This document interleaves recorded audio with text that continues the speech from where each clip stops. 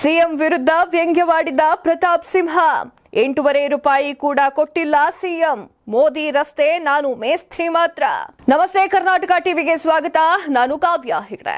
Bengaluru Mysuru express ವೇಗೆ 8,500 ಕೋಟಿ ರೂಪಾಯಿ ಅಲ್ಲ, 8.5 ರೂಪಾಯಿ ಕೂಡ ಕೊಟ್ಟಿದ್ರೆ ಸಿದ್ದರಾಮಯ್ಯ ಅವರು ಅವರ ಹೆಸರನ್ನೇ ರಸ್ತೆಗೆ ಇಡೋಣ ಅಂತ ಪ್ರತಾಪ್ ಸಿಂಹ ಅವರು ವ್ಯಂಗ್ಯವನ್ನ ಆಡಿದ್ದಾರೆ.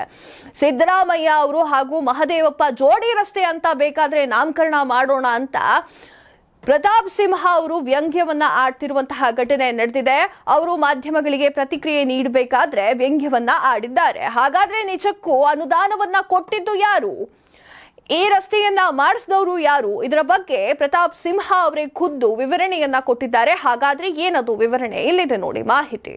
ಹೌದು, ಬೆಂಗಳೂರು ಮೈಸೂರು ಎಕ್ಸ್ಪ್ರೆಸ್ ವೇ ರಸ್ತೆಗೆ ಸಿದ್ದರಾಮಯ್ಯ ಎಷ್ಟು ಅನುದಾನವನ್ನ ಕೊಟ್ಟಿದ್ದೀನಿ ಅಂತ ಹೇಳಿಬಿಡ್ಲಿ, ಅವರ ಹೆಸರನ್ನೇ ರಸ್ತೆಗೆ ಇಡೋಣ, ಬೇಕಿದ್ರೆ ಸಿದ್ದರಾಮಯ್ಯ ಮಹದೇವಪ್ಪ ಜೋಡಿ ರಸ್ತೆ ಅಂತಾನೆ ನಾಮಕರಣ ಮಾಡೋಣ ಅಂತ ಸಂಸದ ಪ್ರತಾಪ್ ಸಿಂಹ ಅವರು ವ್ಯಂಗ್ಯವಾಡಿದ್ದಾರೆ. ಮೈಸೂರಿನಲ್ಲಿ ಮಾಧ್ಯಮದೊಂದಿಗೆ ಮಾತನಾಡಿದ ಅವರು, ಎಕ್ಸ್ಪ್ರೆಸ್ ವೇ ನಿರ್ಮಾಣ ಯೋಜನೆಗೆ 8,500 ಕೋಟಿ ರೂಪಾಯಿ ವೆಚ್ಚವಾಗಿದೆ. ಅದರಲ್ಲಿ ಸಿದ್ದರಾಮಯ್ಯ ಮತ್ತು ಮಹದೇವಪ್ಪ ಅವರು 8.5 ರೂಪಾಯಿ ಕೂಡ ಕೊಟ್ಟಿಲ್ಲ. ಅವರು ಎಷ್ಟು ಕೊಟ್ಟಿದ್ದೀನಿ ಅಂತ ಹೇಳಿದ್ರೆ ಅವರ ಹೆಸರನ್ನೇ ಈ ರಸ್ತೆಗೆ ಇಡೋಣ ಅಂತ ಕುಟುಕಿದ್ದಾರೆ. ಎಕ್ಸ್ಪ್ರೆಸ್ ವೇ ಹೆದ್ದಾರಿ ಆರಂಭವಾಗುವುದಕ್ಕೂ ಮುಂಚೆಯೂ ಕ್ರೆಡಿಟ್ ವಾರ್ ನಡೀತಾನೆ ಇದೆ. ಈ ವಿಚಾರದಲ್ಲಿ ಇತ್ತೀಚೆಗಷ್ಟೇ ಸಿಎಂ ವಿರುದ್ಧ ಸಿಂಹ ವಾಗ್ದಾಳಿಯನ್ನ ನಡೆಸಿದ್ರು. ಯಾರು ಬುರುಡೆ ಬಿಡ್ತಿದ್ದಾರೆ, ಖಾಲಿ ಡಬ್ಬ ಅಲ್ಲಾಡಿಸ್ತಿದ್ದಾರೆ ಎಂಬುದು ಆ ರಸ್ತೆಯಲ್ಲಿ ಓಡಾಡ್ತಿರೋ ಜನರಿಗೆ ಗೊತ್ತು. ರಸ್ತೆಯಲ್ಲಿ ನೀರು ತುಂಬಿದಾಗ, ಅಂಡರ್ ಪಾಸ್ ನಲ್ಲಿ ನೀರು ತುಂಬಿಕೊಂಡಿದ್ದಾಗ ಬೈದಿದ್ದು ಯಾರನ್ನ? ಆ ಸಮಸ್ಯೆ ಪರಿಹರಿಸಿದ್ದು ಯಾರು? ರಸ್ತೆಯಲ್ಲಿ ಅಪಘಾತ ಹೆಚ್ಚಾದಾಗ ಬೈದಿದ್ದು ಯಾರನ್ನ? ಆ ಸಮಸ್ಯೆ ಬಗೆಹರಿಸಿದ್ದು ಯಾರು? ಬೈದಿದ್ದು ಪ್ರತಾಪ್ ಸಿಂಹ ಅವರನ್ನೇ. ಸಮಸ್ಯೆ ಪರಿಹರಿಸಿದ್ದು ಪ್ರತಾಪ್ ಸಿಂಹನೇ ಅಂತ ತಿರುಗೇಟನ್ನ ನೀಡಿದ್ದಾರೆ. ಸಮಸ್ಯೆ ಆದಾಗ ಸಿದ್ದರಾಮಯ್ಯ ಅವರು, ಮಹದೇವಪ್ಪ ಅವರು ಆಗ ಅಲ್ಲಿ ಬರಲಿಲ್ಲ.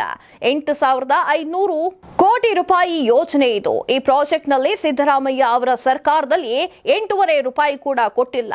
ಸಿದ್ದರಾಮಯ್ಯ ಮಹದೇವಪ್ಪ ಜೋಡಿ ರಸ್ತೆ ಅಂತ ಬೇಕಾದ್ರೆ ಹೆಸರಿಡೋಣ, ಅನುದಾನ ಕೊಟ್ಟಿದ್ದಕ್ಕೆ ದಾಖಲೆಯನ್ನ ತೋರಿಸಲಿ ಅಂತ ಸವಾಲನ್ನ ಹಾಕಿದ್ದಾರೆ. ಇದು ನನ್ನ ರಸ್ತೆಯಲ್ಲ, ಮೋದಿ ಅವರ ರಸ್ತೆ. ನಾನೊಬ್ಬ ಮೇಸ್ತ್ರಿ ಅಷ್ಟೇ. ಮೋದಿ ಅವರ ಹೈವೇ ಇದು.